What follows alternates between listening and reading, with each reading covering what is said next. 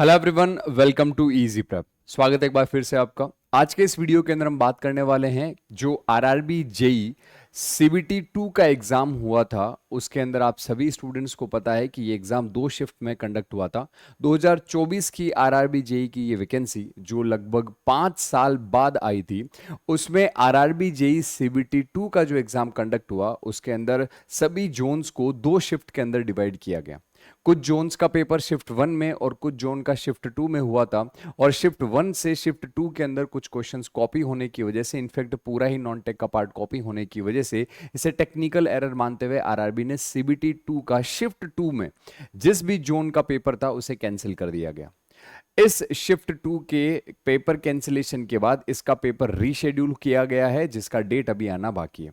आप सभी स्टूडेंट्स जो आरआरबी जेई सीबीटी 2 का एग्जाम दिए थे शिफ्ट 2 में, शिफ्ट 1 वाले स्टूडेंट का एग्जाम हो चुका है। उनका जोन जो था वो अलग था, उसका शिफ्ट 2 से कोई लिंक नहीं था। शिफ्ट 2 का जो एग्जाम देने वाले स्टूडेंट्स हैं जिनका एग्जाम अच्छा नहीं गया था, उनके पास एक मौका और है अपने उस गलती को सुधार करके पेपर को सही करने का। और वो स्टूडेंट भी जो पेपर देने नहीं गए थे, होपफुली उन्हें भी पेपर अटेम्प्ट करने का मौका मिलेगा। तो आप ये वीडियो उन सभी स्टूडेंट को जरूर से शेयर करिएगा जो आरआरबी जेई सीबीटी 2 शिफ्ट 2 के अंदर वापस से पेपर देने जाने वाले, क्योंकि इस वीडियो के अंदर मैं डिटेल में आपको बताऊंगा कि किस सब्जेक्ट से कितने क्वेश्चन पूछे गए थे और आपको किस लेवल का तैयारी करना है। और जो गलतियां आपने सीबीटी 2 के इस शिफ्ट 2 के पेपर में पहले करी थी वो आप दोबारा से ना करें और आपका पेपर अच्छा जाए, इसलिए इस वीडियो को लास्ट तक जरूर देखिएगा। चलिए बात करते हैं यहां पर शिफ्ट 2 के पेपर की, कि जो शिफ्ट 2 का आपका पेपर हुआ था उसके अंदर किस सब्जेक्ट के कितने क्वेश्चन वहां पर अप्रोक्सीमेट आप लोगों से पूछे गए थे, इसके बारे में अपन थोड़ा सा जानकारी ले लेते हैं। तो मैं आरआरबी जेई सीबीटी 2 का जो ये पेपर है इसके 2019 और 2024 के पेपर का एनालिसिस करने वाला हूं। वैकेंसी 2024 का था इसलिए 24 लिखा है, हालांकि सीबीटी 2 2025 में हुआ। तो let's start without any further delay. बात करें अगर अपन यहां पर 2019 के अंदर दो शिफ्ट के यहां पर मैं मार्क्स आप लोगों के सामने लेकर के आया हूं। Network electrical network plus basic electrical engineering जिसे आप कहते हैं, उसके 2019 की अगर बात करें तो लगभग 29 क्वेश्चन 30 तारीख को और 1 तारीख को हुए पेपर में 21 क्वेश्चन के आसपास आए थे। और इस बार 2024 के फर्स्ट शिफ्ट के अंदर इसके सिर्फ 18 क्वेश्चन ही पूछे गए और शिफ्ट 2 में 23 के आसपास क्वेश्चन पूछे गए। यानी मोर ओवर यहां पर आप लोगों को लगभग 18 क्वेश्चन से लेकर के 22 क्वेश्चन तक पूछे जा सकते हैं। 4 क्वेश्चन ऊपर नीचे हो सकते हैं, कम आएंगे तो दूसरे सब्जेक्ट का वेटेज ऑब्वियसली बढ़ जाएगा। अब यहां पर बात करें, मैं सब्जेक्ट एक एक सब्जेक्ट की बात करता चलूंगा। बेसिक इलेक्ट्रिकल प्लस नेटवर्क में जो 18 से 22 क्वेश्चन थे, इसके अंदर थ्योरी का वेटेज बहुत ज्यादा था और न्यूमेरिकल का वेटेज जो था वो बहुत ही कम था। बहुत ही कम न्यूमेरिकल पूछे गए थे यहां पर आप लोगों को और थ्योरी के क्वेश्चन ज्यादा पूछे गए थे। एक यहां पर आउट ऑफ द बॉक्स चीज ऐसे आई थी कि यहां पर हाईलाइट मैं करना चाहूंगा, फ्रीक्वेंसी डोमेन एनालिसिस के क्वेश्चन थे। फ्रीक्वेंसी डोमेन एनालिसिस का मतलब यह है कि लाप्लास ट्रांसफॉर्म से क्वेश्चन पूछ लिए गए जो कि डिप्लोमा के सिलेबस में ही नहीं होता, जबकि इस पेपर को डिप्लोमा वाले स्टूडेंट दे रहे थे।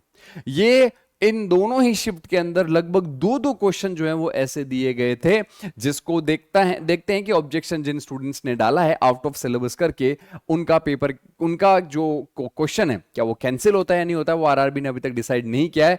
फिलहाल बात यह है कि अगर आप प्रिपरेशन कर रहे हैं आरआरबी जेई सीबीटी 2 के शिफ्ट 2 के कैंसिल हुए पेपर की, तो आप एक बार फ्रीक्वेंसी डोमेन एनालिसिस यानी लाप्लास का जो बेसिक पार्ट है वो जरूर से पढ़िएगा। आपके दो क्वेश्चन का आपको और फायदा देखने को जरूर से मिलेगा। बाकी यहां पर रेजोनेंस के क्वेश्चन भी बहुत अच्छे से पूछे गए थे, एसी सर्किट के क्वेश्चन भी पूछे गए थे, नेटवर्क थ्योरम्स के भी कुछ क्वेश्चंस यहां पर देखने को मिले थे। तो यहां पर आप लोगों को बेसिक इलेक्ट्रिकल प्लस नेटवर्क का यह कुछ एनालिसिस इस प्रकार का रहा है। पावर सिस्टम, यूटिलाइजेशन और एस्टिमेशन कॉस्टिंग, तीनों सब्जेक्ट में एक साथ बता रहा हूं क्योंकि ये तीनों मैं एक साथ ही पढ़ाता हूं, आप सभी जानते हैं इस चीज को। तो ये इन्हीं के पार्ट हैं जुड़े हुए, जिनको लोग अलग अलग सब्जेक्ट के नाम से भी पढ़ाते हैं।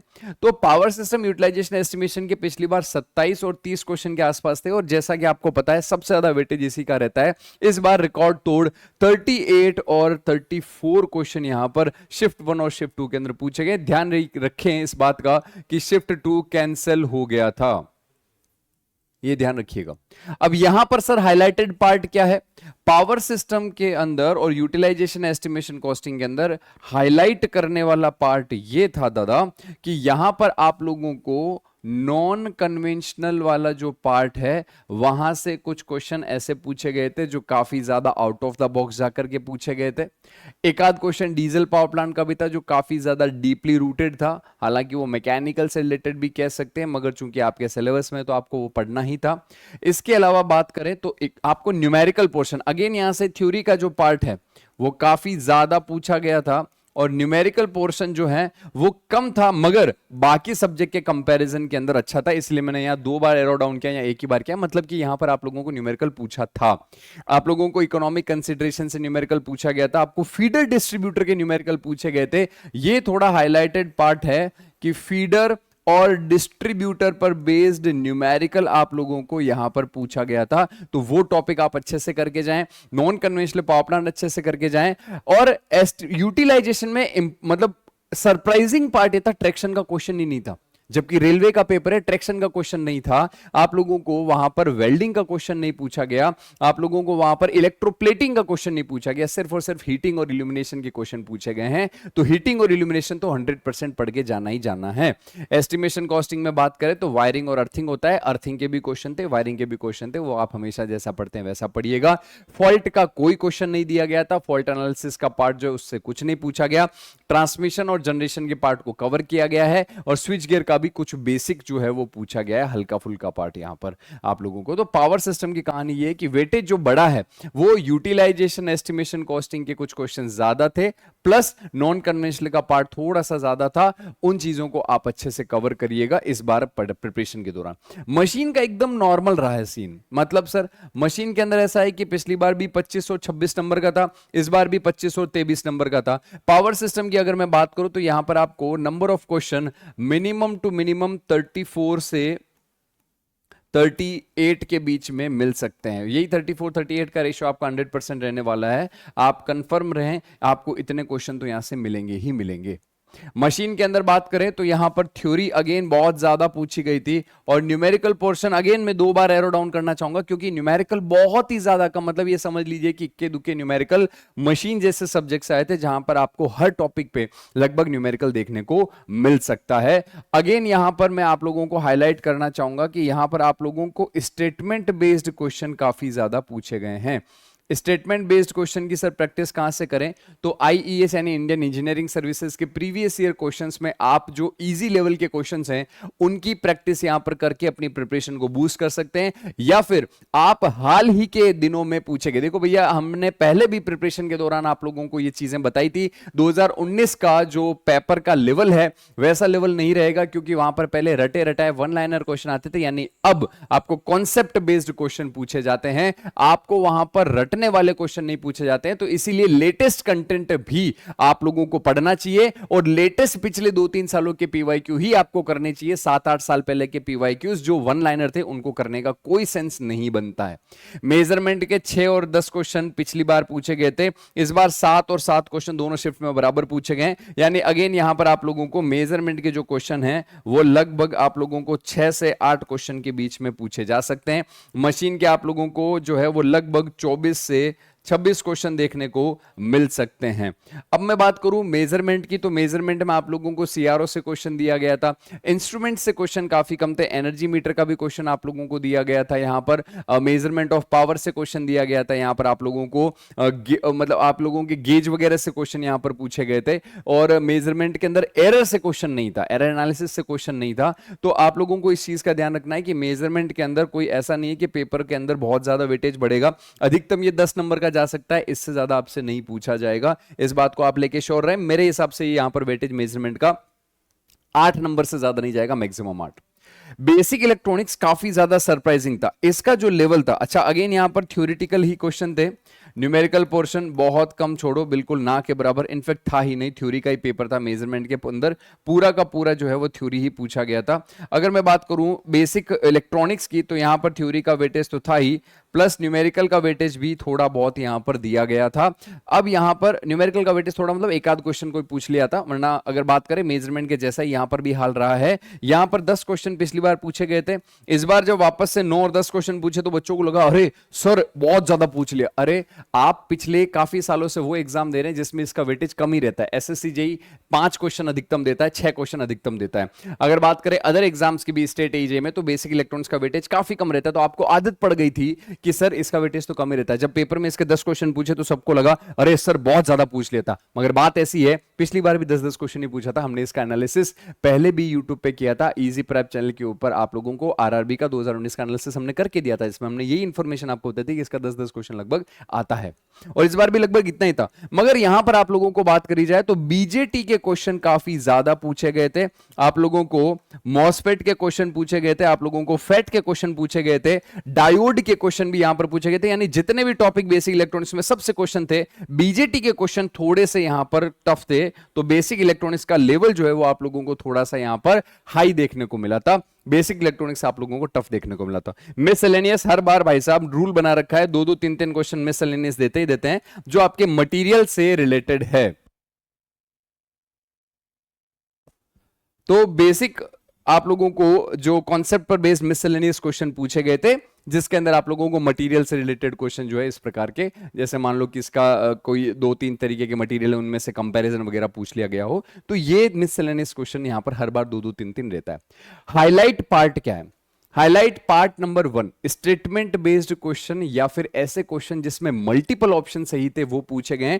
तो आपको तैयारी ये जो करनी है इस समय के दौरान, ये इस प्रकार से करनी है कि वो क्वेश्चन करने की कोशिश करें जहां दिमाग लगता हो, जहां पर आपको सोचने पे मजबूर किया जाए। ऐसे क्वेश्चन की प्रैक्टिस ज्यादा करिएगा, आप ज्यादा अच्छे से इवॉल्व कर पाओगे। सेकंड, बेसिक इलेक्ट्रॉनिक्स वाले पार्ट के अंदर लेवल थोड़ा अच्छा था, बीजेटी फैट मॉसफेट पूरा पढ़ करके जाएं।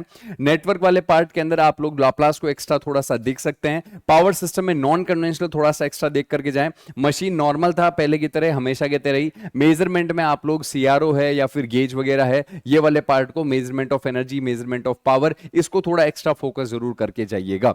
ये यहां पर बात हुई पेपर की कहानी की। अब अगर बात करें कि सर हमें इस लास्ट मोमेंट पे अपने आप को ज्यादा से ज्यादा प्रिपरेशन की ओर ले जाना है और हम चाहते हैं कि ये जो मौका है ये हमारे हाथ से छूटे नहीं, इसके लिए हमें क्या करना चाहिए? तो मैं आपको बता दूं, आप तैयारी कर सकते हैं इजी प्रेप की सबसे बड़ी और सबसे एक्सपीरियंस्ड टीम के साथ। ये वो चेहरे हैं जो 1-2 साल से नहीं, कई सालों से एईजेई के फील्ड के अंदर आप लोगों को पढ़ा रहे हैं, और न जाने कितने ही हजारों स्टूडेंट्स के सिलेक्शन इन फैकल्टी महोदयों के द्वारा दिए गए हैं। ये चेहरे किसी पहचान के मोहताज नहीं है, आप सभी फैकल्टीज को जो है वो बहुत अच्छे से जानते हैं। SSC, RRB, PGCL, BARC, RSCB, UPPCL जैसी तमाम स्टेट एईजेई और नेशनल लेवल की एईजेई की वैकेंसीज के लिए आप इजी प्रेप के साथ जुड़कर तैयारी कर सकते हैं, जिनके बैचेस की इंफॉर्मेशन मैं आप लोगों को थोड़ी सी देना चाहूंगा। वो स्टूडेंट जो सीबीटी 1 का पेपर शिफ्ट 1 में दिए थे, वो दोबारा से नया तैयारी करना चाह रहे हैं 2025 का, प्लस वो स्टूडेंट जो अभी जस्ट पास आउट हुए हैं वो भी तैयारी करना चाह रहे हैं, उनके लिए भी मैं बात करूंगा। और आरआरबी जेई जो इस बार अभी सिर्फ और सिर्फ सीबीटी 2 पे फोकस किए हुए शिफ्ट 2 वाले, उनके लिए भी मैं यहां पर पहले बात कर लेता हूं। आप सभी स्टूडेंट जो सीबीटी 2 का शिफ्ट 2 का पेपर देने जा रहे हैं, आपके लिए सबसे बेस्ट बैच जो है वो होने वाला है प्रयास बैच।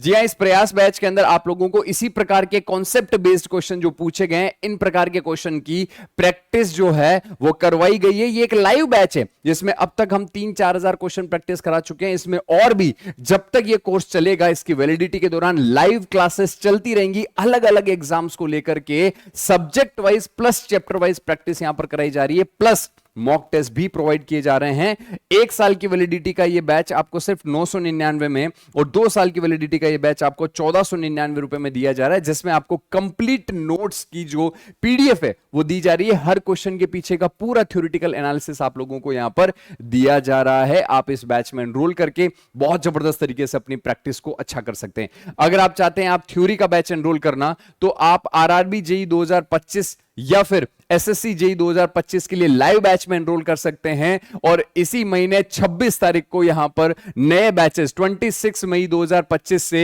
एकदम brand new fresh batch start हो रहे हैं, जिसकी 1 ईयर वैलिडिटी आपको सिर्फ 2000 रुपए में मिलने वाली है, आरआरबी हो चाहे एसएससी जेई हो। इन बैचेस की खास बात यह है कि आपको कंप्लीट लाइव क्लासेस कराई जाएंगी, साथ ही साथ आप लोगों को यहां पर प्रैक्टिस भी कराई जा रही है, वो भी 3000 से अधिक क्वेश्चन की लाइव प्रैक्टिस, प्लस आपको यहां पर मॉक टेस्ट भी दिए जा रहे हैं। कंप्लीट टेस्ट सीरीज आप लोगों को ऑफर की जा रही है, यानी कि theory plus practice plus test series तीनों 1 ईयर के लिए 2000 और 2 ईयर के लिए 3000 रुपए की वैलिडिटी में आप इस कोर्स को एनरोल कर सकते हैं। अगर आप चाहते हैं कि सर मुझे आरआरबी, एसएससी, स्टेट एजेई सभी एग्जाम का एक साथ कंबाइंड तैयारी करना चाहते हैं, तो आप उड़ान 2.0 बैच ले सकते हैं। इस बैच की खास बात यह कि हमने अभी इस साल जो सेशन कंप्लीट किया है उसका पूरा रिकॉर्डेड वीडियो एक साथ दिया जा रहा है, प्लस इस साल जो हम लाइव पढ़ाएंगे वो भी पूरा रहेगा, प्लस 5000 से अधिक क्वेश्चन की प्रैक्टिस, प्लस आपको यहां पर कंप्लीट टेस्ट सीरीज जिसमें 50 से अधिक test paper subject wise plus full length provide किए जा रहे हैं। स्पेशली आपको प्रैक्टिस शीट्स दी जाएंगी, टेस्ट सीरीज दिया जाएगा, मेंटोरशिप दिया जाएगा, और ये 1 ईयर की वैलिडिटी का बैच सिर्फ 2500 रुपए में आप एनरोल कर सकते हैं। अब अगर आप वो स्टूडेंट जो थ्योरी भी पढ़ना चाह रहे हैं, सीबीटी 2 वाले, शिफ्ट 2 वाले प्रैक्टिस यहां से कर रहे हैं, सर हमें थ्योरी भी पढ़नी है, रिकॉर्डेड बैच का क्या सीन है, तो लक्ष्य बैच या फिर एसएससी जेई का जो बैच है रिकॉर्डेड फॉर्म में आप 1099 रुपए में 1 ईयर वैलिडिटी के लिए एनरोल कर सकते हैं। और लक्ष्य बैच जो है 1100 रुपए में जो आपको मिल रहा है 1 ईयर वैलिडिटी का, इसका आप एनरोलमेंट अगर कर लेते हैं तो आपको सारा रिकॉर्डेड फॉर्मेट में कंटेंट मिल जाता है। तो प्रैक्टिस तो आप कर ही रहे हैं, अगर आप इस बैच को भी एनरोल कर लेते तो जो 1-2 सब्जेक्ट की आपकी थ्योरी वीक है, आपको लगता है कि आपको इंप्रूव करना है, तो आप इस बैच में भी कर सकते हैं। और उड़ान बैच रिकॉर्डेड फॉर्मेट में 1 ईयर का 1499 रुपए में अभी ऑफर प्राइस में मिल रहा है। तो इजी प्रेप का मोबाइल ऐप डाउनलोड करें और आप अपने पसंदीदा रिक्वायरमेंट के अकॉर्डिंग बैच में एनरोल करके जुड़ सकते हैं इजी प्रेप की सबसे बड़ी और सबसे एक्सपीरियंस टीम के साथ। आई एम सुमित दादी signing off on the behalf of easy prep. मिलते हैं फिर से ऐसे ही किसी वीडियो के अंदर और इंफॉर्मेशन के साथ। और हां, अगर आप पहली बार चैनल पर आए हैं तो वीडियो को देखकर सब्सक्राइब जरूर करिएगा। Thank you so much.